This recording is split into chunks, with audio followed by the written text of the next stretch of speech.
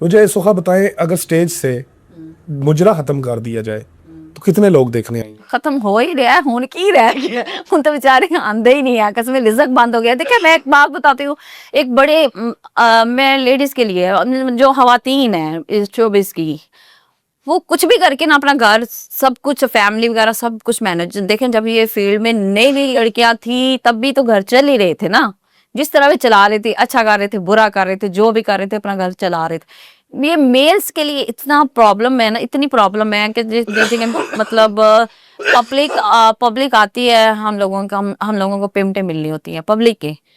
फिर ये है कि कई ऐसे प्रोड्यूसर होते हैं जो कहते हैं कि मैनेज करो। यार मैनेज क्यों, मेकअप आर्टिस्ट हमने रखना है, कपड़े हमने, लड़के हमने रखने हैं, सब कुछ हमने रखना है, हमने कहाँ से करना है ये सब कुछ? थिएटर से करना है ना। अगर ना करेंगे तो फिर हमने भी दूसरा कोई स्टेप उठाएंगे।